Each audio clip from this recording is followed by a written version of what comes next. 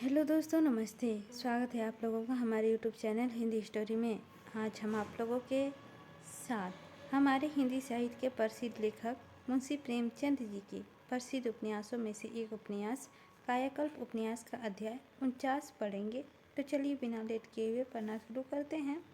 कायाकल्प उपन्यास का अध्याय 49।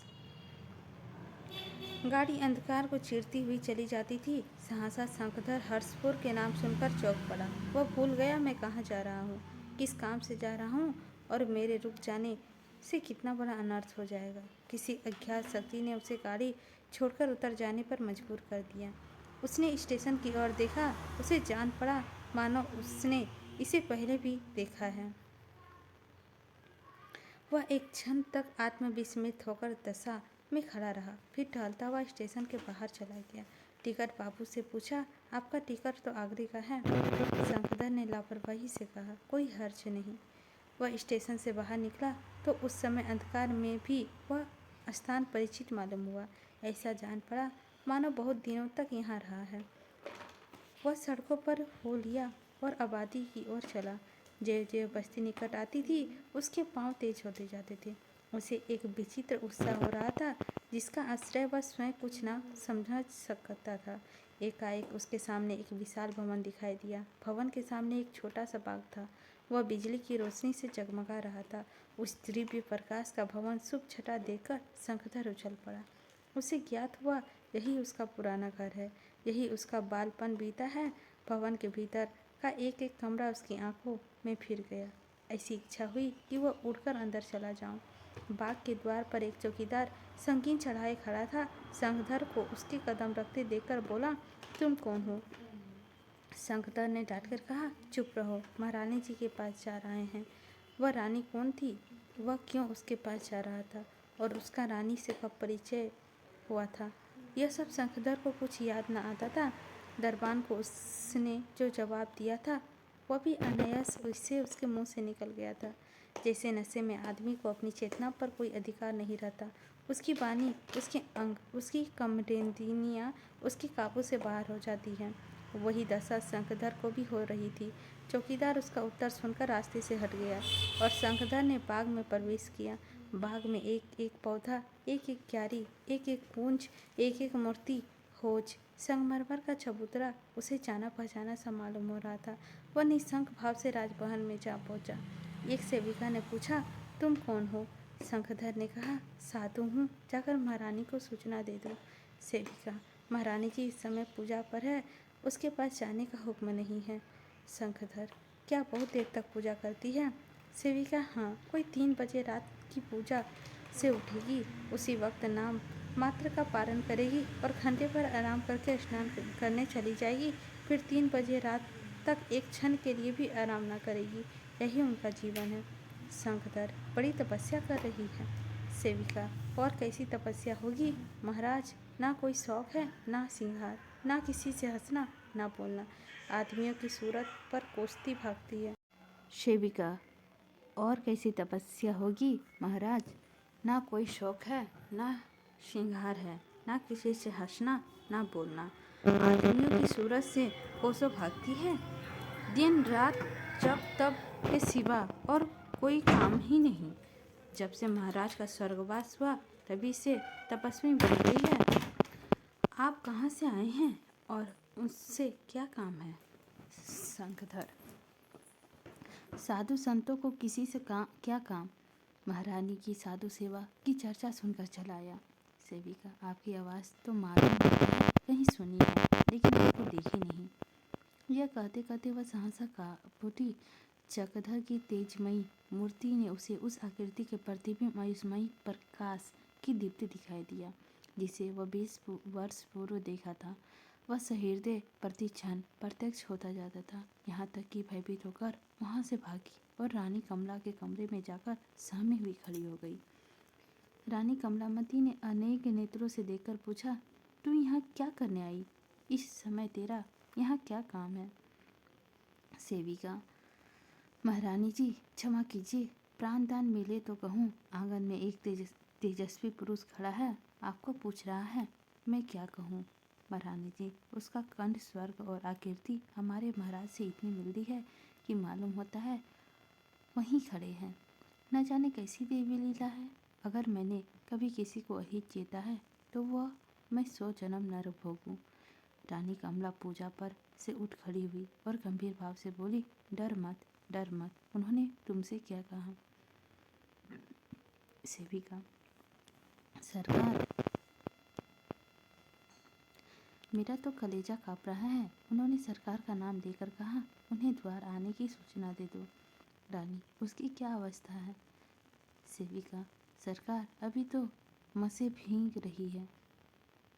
रानी कमला देर तक विचार में मग्न खड़ी रही। क्या हो सकता है?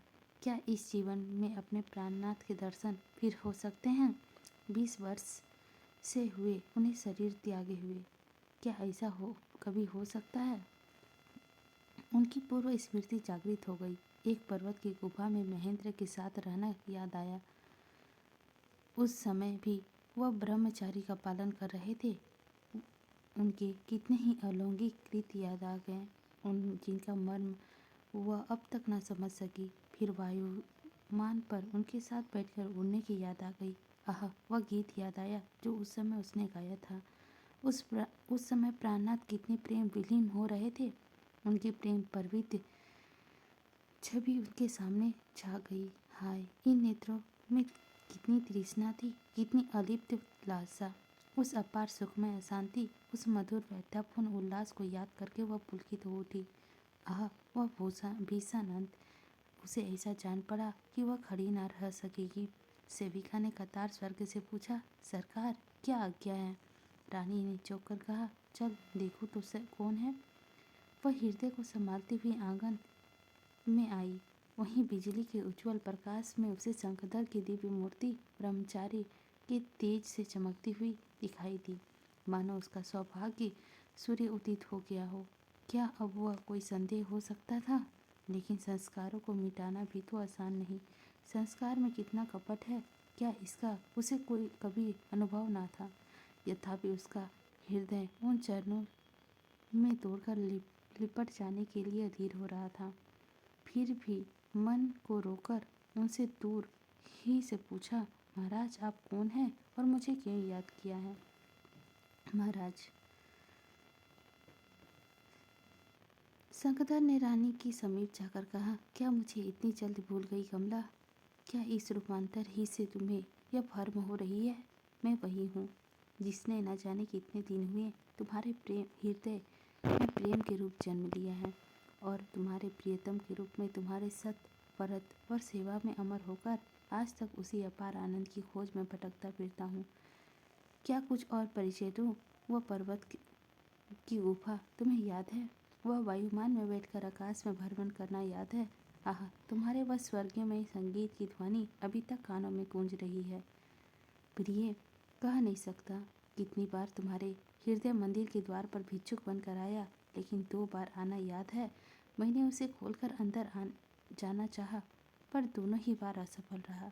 वही अतृप्त आशंका मुझे फिर खींच लाई और रानी कमला ने उन्हें अपना वाक्य पूरा न करने दिया। वह दौड़कर उनके चरणों पर गिर पड़ी और उन्हें अपने आंसुओं को परखने लगी।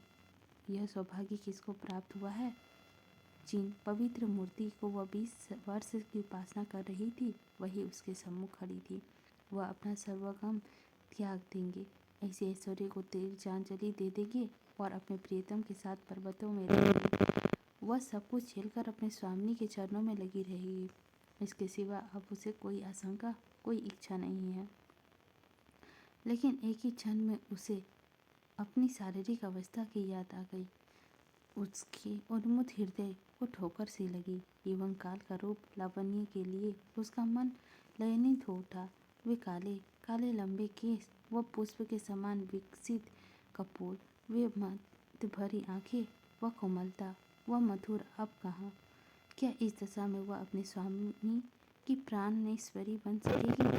साथ शंखधर बोले, कमला, कभी तुम्हें मेरी याद आती ही थी? रानी ने उसका हाथ पकड़कर कहा, स्वामी, आज 20 वर्ष से तुम्हारी उपासना कर रही हूँ।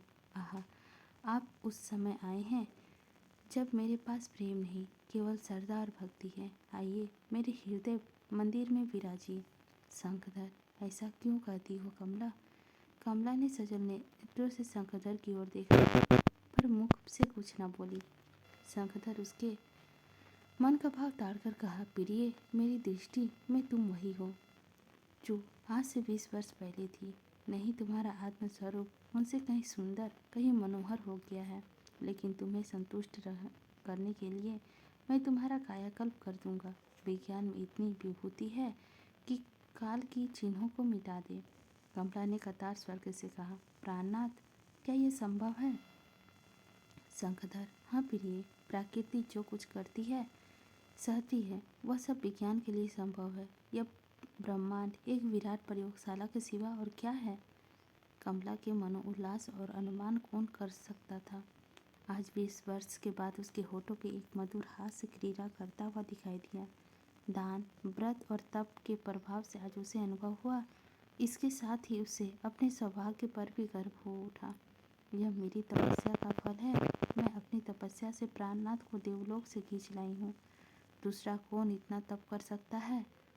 कौन इंद्रिय सुखों को त्याग सकता है? यह भाव मन में आया कि कमला चौंक पड़ी। हाय, यह क्या हुआ? उसे ऐसे मालूम हुआ कि उनकी आंखों की ज्योति छीन हो गई। शंखधर का तेजमय स्वरूप उसे मीठा मीठा सा दिखाई दिया और सभी वस्तुएं साफ नजर आती थी। केवल शंखधर दूर दूर होते जा रहे थे। कमला ने घबराकर कहा, प्राणनाथ, क्या आप मुझे छोड़कर चले जा रहे हैं? हाय, इतनी जल्दी? शंखधर ने गंभीर स्वर में कहा, नहीं प्रिय, प्रेम का बंधन इतना निर्बल कहाँ नहीं होता। कमला, तो आप मुझे जीते हुए क्यों नहीं देखते हैं? शंखधर, इसका कारण अपने मन से देखो। प्राप्तकार शंखधर ने कहा, प्रिय, मेरी प्रयोगशाला की दशा क्या है? कमला, चलिए आपको दिखाऊं। शंखधर, उस कठिन परीक्षा के लिए तैयार हो। कमला, आपके रहते मुझे क्या भय है? लेकिन प्रयोगशाला में पहुंचकर सहसा कमला के दिल बैठ गया। जिस सुख की लज्जा से उसे माया के अंधकार में लिए जाती है, क्या वह सुख अस्थायी होगा? पहले ही की भांति वह फिर दुर्भाग्य की एक कुटिल क्रीड़ा उसे इस सुख से वंचित कर देगी। उसे ऐसा आभास हुआ कि अनंत काल का वह सुख लालसा किसी चक्र में पड़ी हुई यातनाएं झेल रही है। हाय रे ईश्वर, तूने ऐसे देवतुल्य पुरुष देकर मेरी सुख लालसा को ना होने दिया। इतने में शंखधर ने कहा, प्रिय, तुम इस शिला पर लेट जाओ और आंखें बंद कर लो। कमला ने शिला पर बैठकर कतार स्वर्ग में पूछा, प्राणनाथ, तब मुझे ये बातें याद रहेगी? शंखधर ने मुस्कुराकर कहा, सब याद रहेगी प्रिय, इससे निश्चित रहो। कमला, मुझे यह राजपाट त्याग करना पड़ेगा। शंखधर ने देखा, अभी तक कमला की मोह पड़ी हुई है। अनंत सुख की आशा भी उसे मोह बंधन में नहीं तोड़ सकी। दुखी होकर बोले, हाँ कमला, तुम इसे बड़े राज्य की स्वामिनी बन जाओगी। राज्य सुख में बाधक नहीं होता यदि विलास की ओर ना ले जाए। पर कमला का ये शब्द ना सुने। शिला में प्रभावित विद्युत शक्ति ने उसे अचेत कर लिया था। केवल उसकी आंखें खुली थी, उसमें अब भी तृष्णा चमक रही थी। इसी के सारा हमारा 49 अध्याय समाप्त होता है। नेक्स्ट एपिसोड में हम लोग 50 पढ़ेंगे। लेते हैं दोस्तों आप लोगों से विदा। मिलते हैं अगले एपिसोड अध्याय 50 लेके बहुत जल्द आप लोगों के समक्ष।